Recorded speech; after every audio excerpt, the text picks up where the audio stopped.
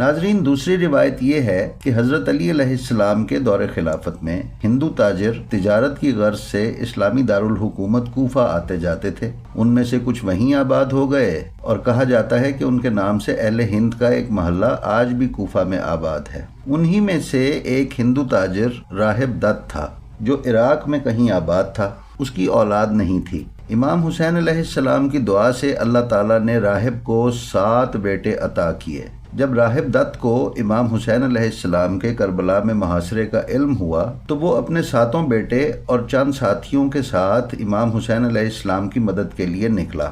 راستے میں کسی جھڑپ میں اس راہب دت کے بیٹے اور ساتھی شہید ہو گئے۔